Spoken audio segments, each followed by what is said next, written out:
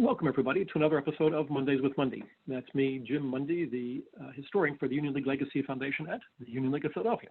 So we are showing this video for the first time on August the 24th, and purposely so, because August is an important month, both in American women's history and in Union League women's history. And so let's start with August the 18th of 1920, because that is when the U.S. Congress voted to ratify the 19th Amendment that granted women the right to vote for the first time in American history.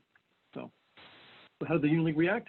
In 1921, they reacted the way a lot of organizations and institutions did, and that is that prior to then, candidates for membership were gender neutral when you read the bylaws. Didn't say it had to be male, but that word was inserted in 1921. So that's how the League reacted, right? You now had candidates membership had to be men. All right, so that settled that. All right, the century moves on. It's the early 1980s, and the League is beginning to understand that it's, that the century is coming to a close in 20 years, and the League needed to catch up perhaps with the rest of the country. And so in 1982, the board sent out a questionnaire to the membership itself, asking if they would vote to admit to membership. And results came back that 51% said they would, 52% said they wouldn't, and 7% were undecided. But that gave the board enough confidence that they thought they could go ahead with a vote. And Perrin Hamilton was the president at this point. And so on January the 11th of 1983, the vote took place in Lincoln Hall, 1:30 in the afternoon. And unfortunately, it didn't go well, at least not the way the board was hoping. The vote was 609 to 430. So 609 for, 430 against. And given the number of eligible voting members of the League, they would have needed close to 1,000 members to vote for the proposal. So it went down hard. All right. So that's how the League voted. What happened in the rest of the city? Well, as you can imagine, there was a lot of negative publicity about it, and rightfully so. But even more so, companies that were using the League for corporate functions and banquets and things like that, they voted as well because they simply took their business out of the League. So in February of 1863, the League lost $78,000 worth of banqueting income. And in March, it was up to 97, all right? So the rest of Philadelphia was voting as well, and that is negatively. So as you can imagine, the conversations going around the League House were pretty intense. And so 3 years later, it's now 1986, and Robert Wilder is the president.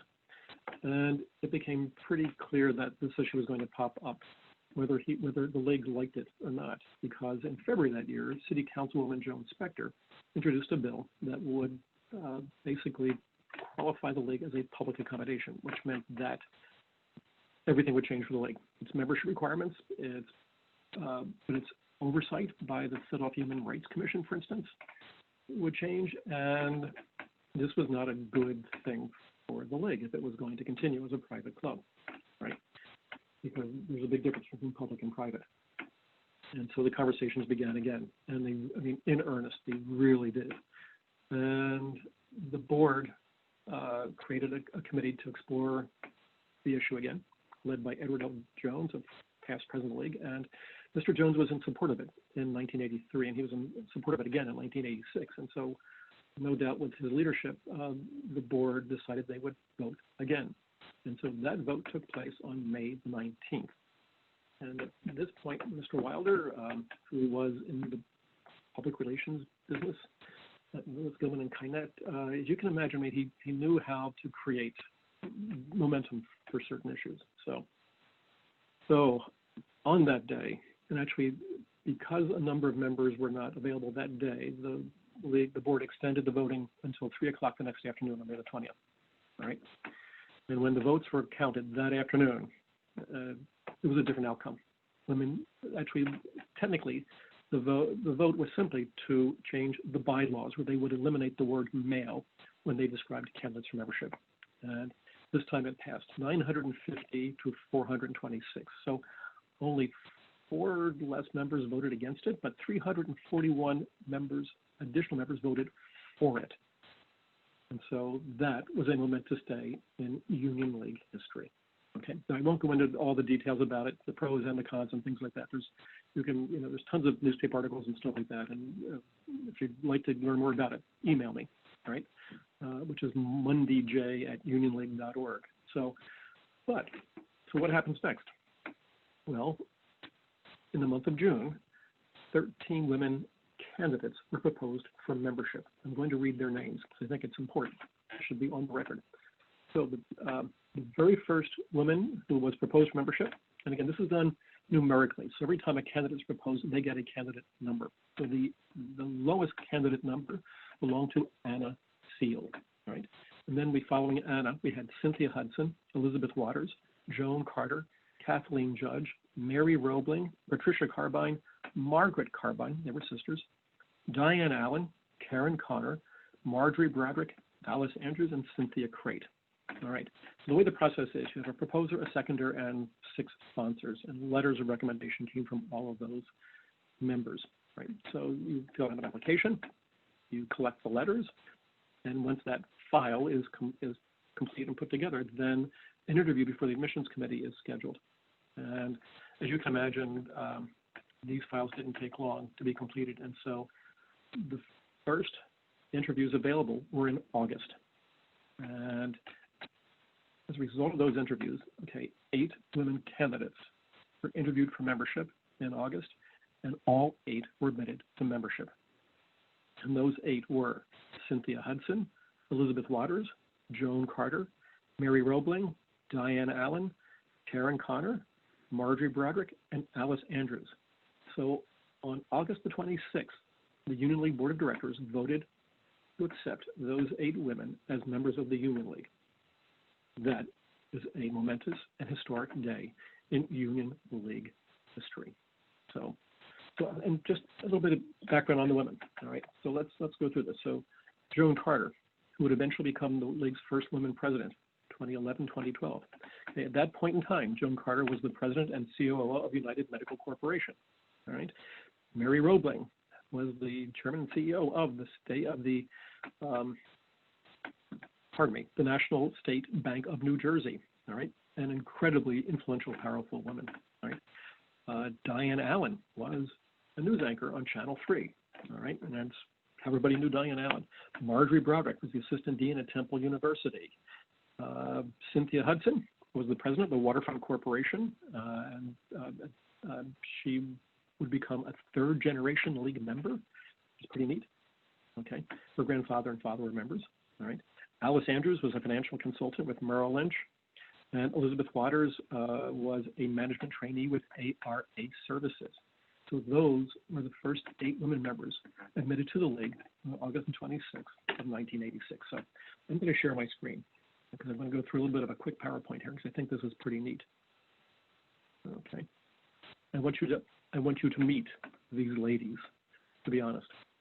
Okay, so come on, that has to move up. There we go. Slideshow. Come on, guys. What do we do from the beginning? Okay, so you can see I'm calling this August 26, 1986. League history is made. So this is Pern Hamilton. He was the president of the league in 1983 when the first vote took place, and he did his best. Right, really nice guy, great guy, and his widow actually is still a member of the league, as is his daughter. So it had eventually good consequences. So this is an article from the Inquirer. You can see Wednesday, January the 12th, just the next day, blackball, Union League bars women, and you can imagine how the words were flying at that point in time. Okay, the league won't let women join. That was it. And this is the reaction of the officers from the National Organization of Women. So that's the Broad Street side of the clubhouse, and the picture says 1,000 words. All right, so this is Bob Wilder, who was the president of the league in 1986.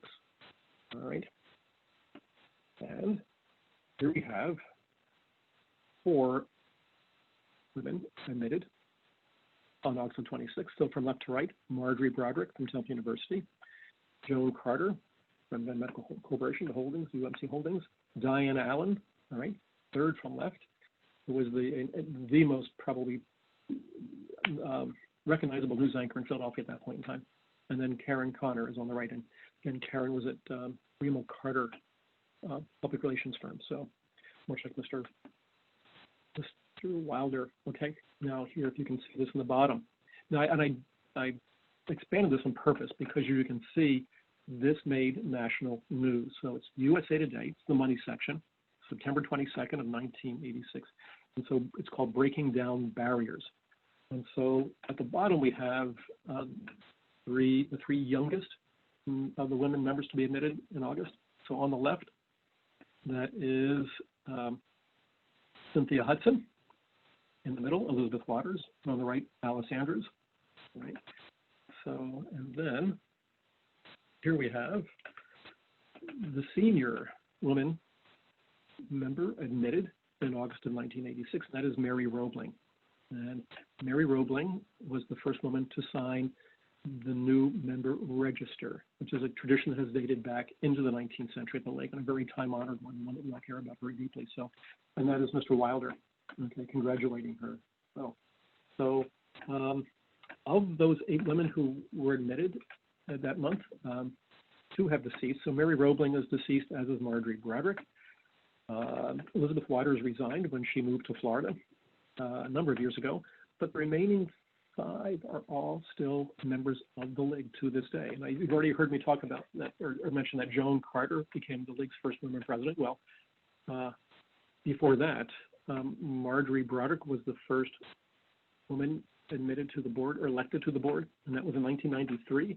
And then the year behind her, in 1994, Diane Allen became the second woman voted to the board of directors. So you can see that that class of women has had a great impact and influence in the League ever since they became members. So there you are. So, and by the way, the Legacy Foundation of the League will be opening its next exhibit in late September, and it will be on the 19th Amendment and suffrage in general. So and it'll be in the Heritage Center, which will be open to the public if the public, depending what happens with the League and the virus. But generally Tuesday and Thursday afternoons from 3 to 6, and the second Saturday of the month from 1 to 4. So it'll be open to the public as well. So, and of course it's open to the members 5 days a week. So I hope you all found this interesting. And again, I think it's a nice tie-in between women's suffrage in 1920 and women's membership in 1986. So thank you for watching. Enjoyed it. Hope you enjoyed. So we do appreciate it. And we want to thank the Legacy Foundation for sponsoring these videos as well. And it's still a little dangerous out there, folks. So please be careful and be safe. And we hope to see you next week. So thank you for joining us. Goodbye.